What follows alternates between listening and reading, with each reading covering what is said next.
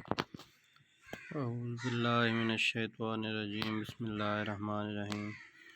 حضرت مسیح موعود علیہ الصلوۃ والسلام نے نصف شعبان کی نسبت فرمایا کہ یہ رسوم حلوہ وغیرہ سب بدعت ہیں۔ اسی طرح خلیفۃ المسیح الاول رضی اللہ تعالیٰ عنہ فرماتے ہیں، شب برات کی عید 11ویں 12 وفات محرم کے معاملات جو موجودہ شرع اسلام میں ثابت نہیں۔ حضرت خلیفۃ المسیح الثانی نور اللہ مرقدہ سے سوال کیا گیا کہ شب برات کے روز حلوہ وغیرہ تیار کرنا احمدیوں کے لیے جائز ہے؟ تو آپ نے فرمایا نہیں، بدعت ہے۔ حضرت خلیفۃ المسیح الرابع سے سوال ہوا کہ ان راتوں میں سنت رسول سے کیا ثابت ہے؟ ان دونوں راتوں میں رسول کریم صلی اللہ علیہ وسلم معمول سے زیادہ عبادت کرتے تھے یا عام معمول کے مطابق؟ آپ نے فرمایا، اللہ تعالیٰ رسول کریم صلی اللہ علیہ وسلم کی عبادت کا جہاں جہاں ذکر ملتا ہے میں نے بڑے غور سے دیکھا ہے، اس میں کسی خاص دن کی عبادت کا ذکر نہیں، بلکہ بعض مرتبہ پوری رات آپ اٹھ کر عبادت کیا کرتے تھے اور آپ کے پاؤں بھی متورم ہو جایا کرتے تھے۔ یہ رسول کریم صلی اللہ علیہ وسلم کی سنت ہے۔ حضرت صلی اللہ علیہ وسلم کی سنت پر اگر عمل کرنا ہو تو پورا نہ بھی کھڑا ہو سکیں تو راتوں کا کچھ حصہ کھڑا ہونا ضروری ہے۔ اسی طرح اردو ملاقات 6 مئی 1994 میں آپ نے اس عقدے کو مزید کچھ اس طرح کھولا کہ شب برات کا جو بھی رواج ہے اس کی سنت میں کوئی جگہ نہیں ہے، کہیں کوئی ذکر نہیں ملتا۔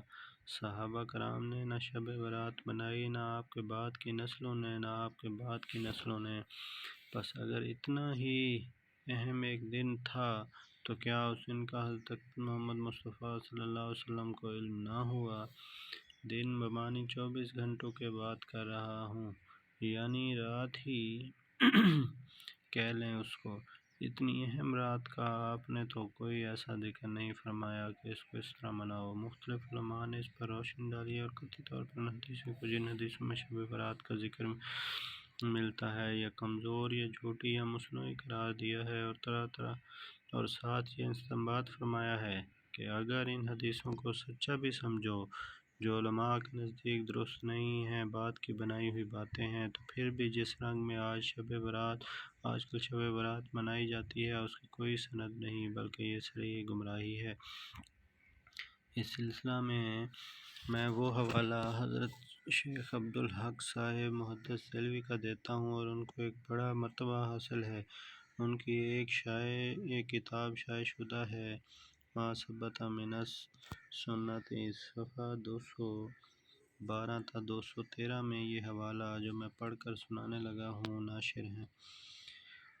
ادارہ نعیم رضویٰ موچی گیٹ لاہور لکھتے ہیں کہ بدعت شنیعہ میں سے یہ ہے، یعنی ایسی بات کی جاری کردہ رسم جو نہایت معیوب اور مکروہ ہے اور نامناسب ہے، جو ہندوستان کے اکثر شہروں میں لوگوں نے رواج دے رکھا ہے کہ اپنے گھروں کی دیواروں پر چراغ جلاتے ہیں اور فخر کے ساتھ آتش بازی وغیرہ چھوڑتے ہیں۔ اس کتاب کی صحیح معتبرہ میں کوئی اصل نہیں ہے، بلکہ غیر معتبر کتابوں میں بھی ذکر نہیں۔ معتبر میں تو خیر سوال ہی پیدا نہیں ہوتا، غیر معتبر میں بھی کوئی ذکر نہیں ملتا، نہ کوئی ضعیف اور نہ کوئی موضوع حدیث مروی ہے۔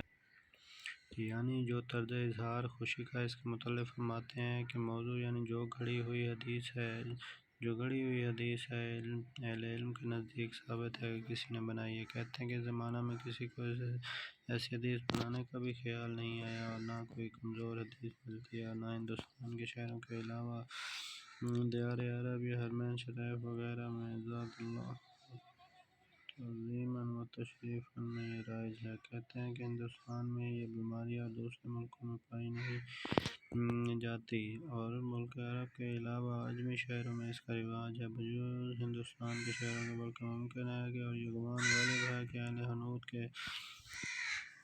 ہنود کے رسومات میں سے ہو، جیسا کہ وہ دیوالی وغیرہ مناتے ہیں۔ پس شب برات جو چاہیں آپ اس کو کہیں، یہ ایک بعد کی بنی ہوئی رسم و رواج کی بات ہے۔ اس کا سنت محمد صلی اللہ علیہ وسلم اور سنت صحابہ سے کوئی تعلق نہیں اور نہ اسے اس قسم کی بدعتوں میں کہا جا سکتا ہے جو نیک بدعتیں ہوں۔ شنیعہ بدعت ناپسند اور مکروہ بدعت ہے، اس سے پرہیز کرنا چاہیے۔ اس پر ایک اور لکھتے ہیں کہ کفار محدثین کے بارے ثابت ہے بقسمت مجہول، ضعیف، بدنام راوی ہیں جو ایسی باتیں بیان کرتے ہیں اور اباطیل اور موضوعات سے باطل قصے ہیں اور موضوعات ہیں، اس سے زیادہ ان کی کوئی سند جو روایت ضمن میں بیان کی جاتی ہیں۔